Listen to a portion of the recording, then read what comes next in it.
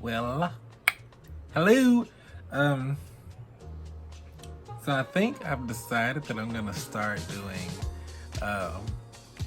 videos, just keeping up with my day-to-day life. Of course, I'll probably always be right here at my kitchen table. Well, not really a table, it's really an island, but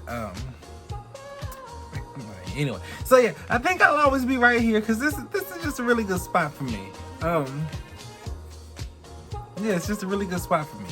So, anyway, my name is James Calvin Taylor Jr. I probably should not tell you my entire name, but that's who I am. Because, I go around telling everybody what my name is. Because one thing you're not about to do is get me confused with that other nigga. Cause this one can go with you. So. Today is, what is today? Today is January 14th, 2021. I kind of want to go back, really far back, and tell you guys how my 2020 was. It was a long, ridiculous year for me. And I guess if you're gonna go back to 2020, you gotta start with January. So let's please forgive the lights all in my eyes. Once I learned how to fix all that, I'll fix all that.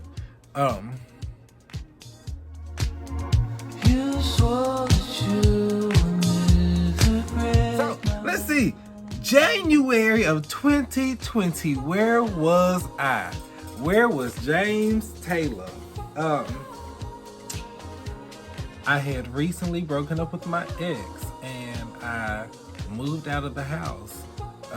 Like when I say my ex was at work. And I packed up everything in the house, and in one day, because everything in the house was fine. Every single thing, the TVs, the beds, the small appliances down. Listen, I was so petty. I took the spoons. Everything in that house was mine. But anyway, that didn't happen in January 2020. So anyway, I was living with my cousin. And it was fun. It was nice to be able to live with someone that I really had met probably about 2 years before I moved in with them. I never knew who she was. Didn't even know she existed. But we met at my great grandmother's funeral, thanks to my Uncle Trevor, who lives in DC. Anyway, we met there, and I was living with her. At that time, I was working for the school district like I am now, still in the same position as a little secretary. Not as a little secretary, because I'm a big old man, big old sexy man.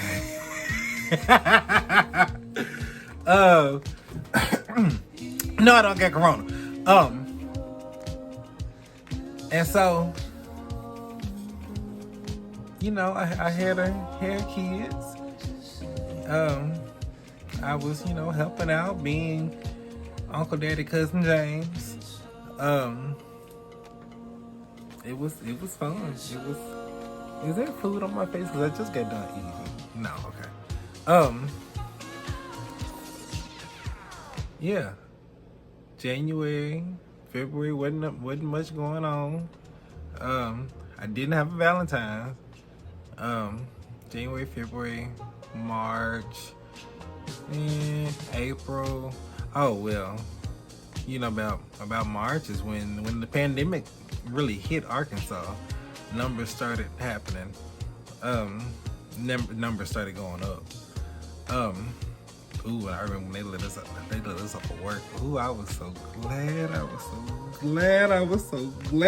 Now back then I was thinking that it was gonna be like a 2-week thing like, okay, yeah, let's get out of school for 2 weeks. We're gonna, get out of school a week before spring break and go ahead and do 3 weeks of spring break. And no, as you see, we still in this pandemic, and here I am talking to y'all. Ooh, what was that? I think I heard something. Anyway, the pandemic happened. I started working for not DoorDash. Ooh, good Lord, what is it called? I started working for that ain't Grubhub. I can't remember what the doggone thing is called. Bite Squad. I started working for Bite Squad. I had to make a little money so I could, get my tags renewed, because someone was driving around with not fictitious tags. They were real tags, but they were expired. They were real expired. Yeah. So I did that, and then I went on and regrouped some money, and then probably about it was May. It was May. My cousin decided he was getting married. And along with him getting married, he was moving out of my grandmother's house. My deceased grandmother. So along with him getting married, he decided he was moving out. And me thinking, okay, grandma's house was my favorite place. First thing I did was I called my auntie, hey, so what's going down with the house? You think I can live in there? She said, will you talk to Steve about it first, see how he feel, and go man to man. First I'm thinking, what the fuck? It ain't his. But anyway, I did. I called him. He was like, hey, well, cuz, if you want it, it's yours. I tell you this one thing, you're gonna feel grandma's spirit in here real heavy. And he was not lying. When I moved in here, I felt grandma's spirit real heavy. She was with me. I remember one night I was in here just distraught. I was frustrated. I was, and it was just really kind of petty when I was frustrated over. I was putting in a new sink. And it just would not connect, and it frustrated me so bad. So I just got up and I couldn't. I said, we can't dwell on this bad. Because when I see this house was in bad shape. It was in bad. It was. I mean, like that summer, you could smell. You could smell the house. It's a trailer. I live in a trailer. So when it's hot outside, the trailer is hot. He was a smoker. He was a heavy smoker. This trailer smelled like straight smoke. Like it was bad. There was carpet in here too. I ripped all that stuff. This stuff was stinking. I ripped it up. Anyway, so I was distraught. I was sitting here working on this sink, and I just couldn't get it right. So I decided to step back. I said, you know what? Let's not think about this. Let's not worry about what all I can't do right now. Let's go ahead and work on what I can do. And then I said, you know what? Let's go ahead and thank God for this. I got to it from there. I started thanking God. I started talking to God. I said, Lord, I don't know why you let me move in here. I should just stay with my cousin. I said, you know what, Lord? No, I thank you. I thank you for what you've given me. I am really appreciative of what you have given me, Lord. It wasn't nobody but God. It wasn't nobody but God. Because what did not make enough money to be paying for an apartment. Did not make enough money to be paying for an apartment. But somehow God has provided for me here. He has done what he said he would do. I prayed for a place. I said, God, in 2020, I want a house I said, I don't want no really nice house. I want a house that I can just work on and fix up. And he did that. When I tell you he is awesome, he did that. He gave me this house. Gave me this house. No rent. It's mine. Land. When I say land, I mean land. But anyway, so I was, distraught, praising God, and I don't even know what I was talking about. Anyway, then somewhere around about October, I remember, because I had, I was dating someone. We weren't dating really, we were just kind of messing around. We were messing around, and it was October 20th of 2020, at about somewhere close to midnight, somewhere very close to midnight. My little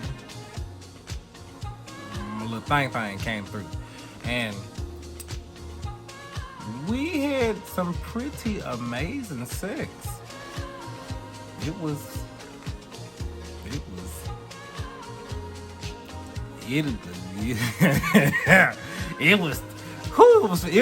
something else. The very next day, my mama came from Michigan about 5 o'clock that morning, October 21st, about 5 o'clock that morning. My mama got here and she moved in with me. And I thought that was going to be just the easiest task in the world. My sister shot it to me as if she was fine. She just didn't want to live at home. That woman couldn't get out that van to even step foot on the grass. And it scared me. So the only thing that I'm a big dude. I know it looks a little fat, but it's muscle. So I picked her up. I picked her up out the bed and I carried her inside my house, and I set her on the couch. That is something that we just touched something there. We just touched something there. I don't think I really knew how hard that was gonna be. She's still living. She's still living. The noise that I think I heard was actually my mama. But it terrified me to think, what have I gotten myself into? I can't do this. I cannot be accountable for another body, a body that can't really take care of themselves. Every day, I mean every day, she was walking down the hallway trying her best to get to the bathroom. Didn't make it. Not one time did she ever make it. So I had piss on the floor all the time. Thankfully, I've never had boo-boo on the floor. Cause I wasn't gonna make it if I had to clean some boo-boo.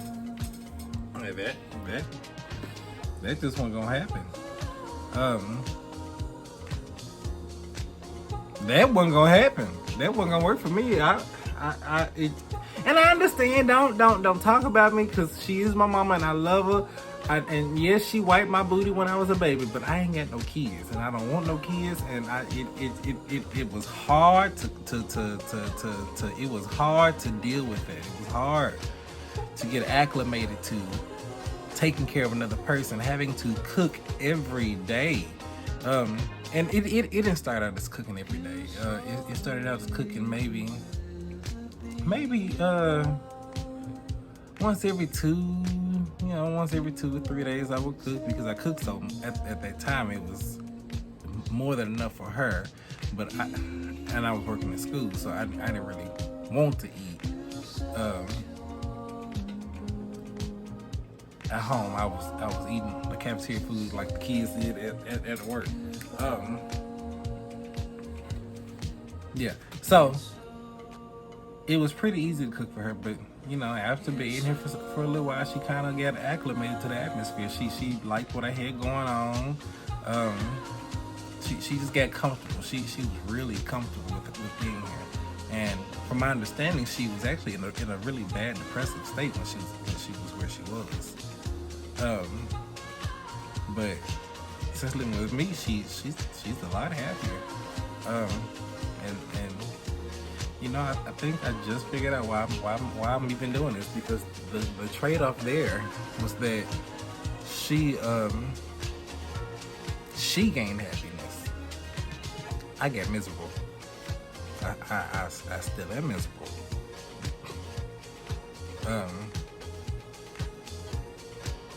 I'm gonna take off my glasses so you can see how tired I am. My eyes look bad because I don't sleep at night because I'm tired all the time, and it's nothing that I'm just doing for her. It's just that I stay up so late thinking, and I get so flustered with what I got going on that I can't think straight, and so I have a hard time sleeping.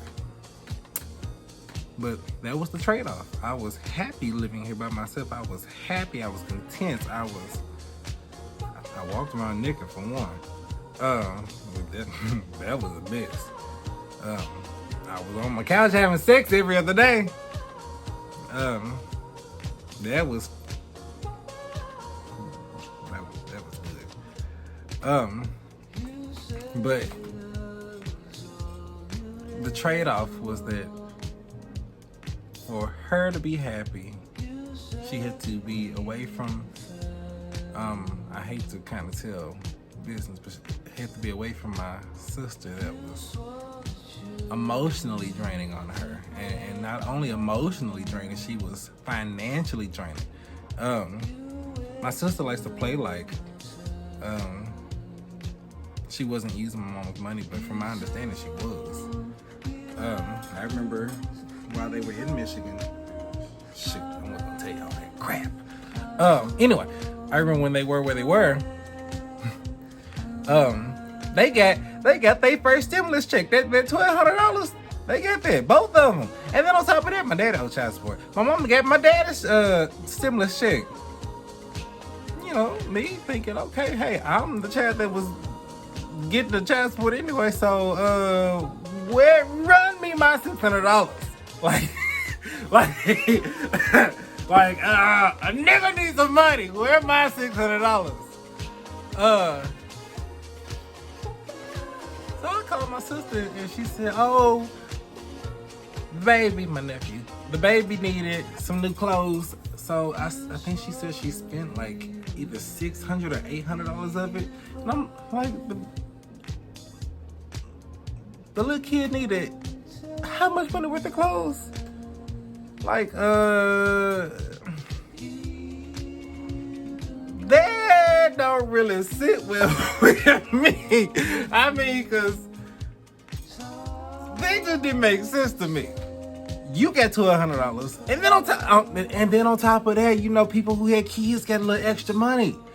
And I'm pretty sure her baby daddy got some money, so that's $2,400 right there. And I think was it an additional $600 for every kid?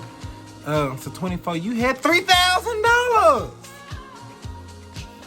You had to go spend your mama money. Granted, my mama had two $1,200 checks, $2,400. But that's her money still, and even now that she's living with me, I don't use her money for me. I shouldn't tell you, but my light bill is high. It's high, like it ain't ever been this high before, and it don't make sense to me.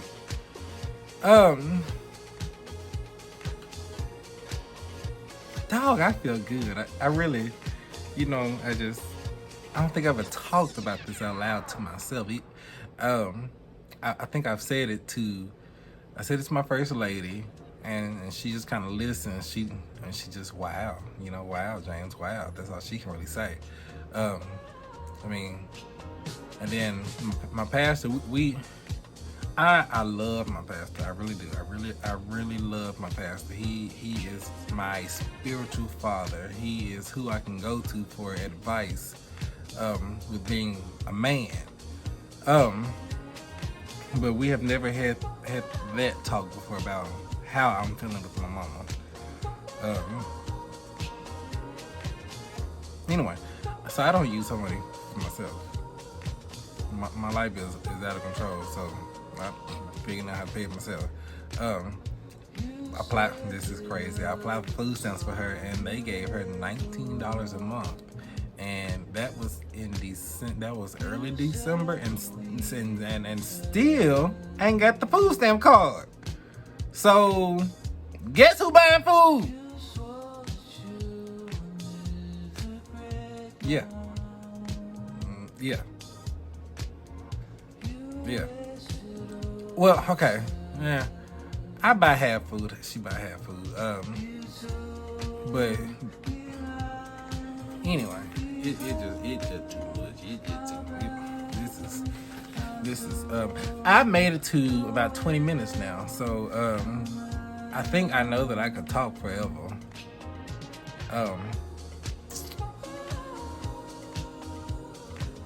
I could probably talk forever. So y'all get ready to listen to some really crazy stuff. I think next time I'm gonna start with elementary. I'm gonna tell y'all all of everything I can remember about elementary, and hopefully I can do it in less than 20 minutes. Cause I ain't even made it through the year of 2020 yet. Just with talking with my mom. I guess I have. Yeah. I guess I have. I don't know. Anyway, thank y'all for listening. If you're listening, thank you for watching. If you're watching, don't the one thing that, and I understand people are nice. People want to say that, oh, I'm so sorry. I hate that happened to you. That kind of thing. Don't do it. I hate it. I hate it. Don't try to empathize, or whatever with me, because it just ain't gonna work for me.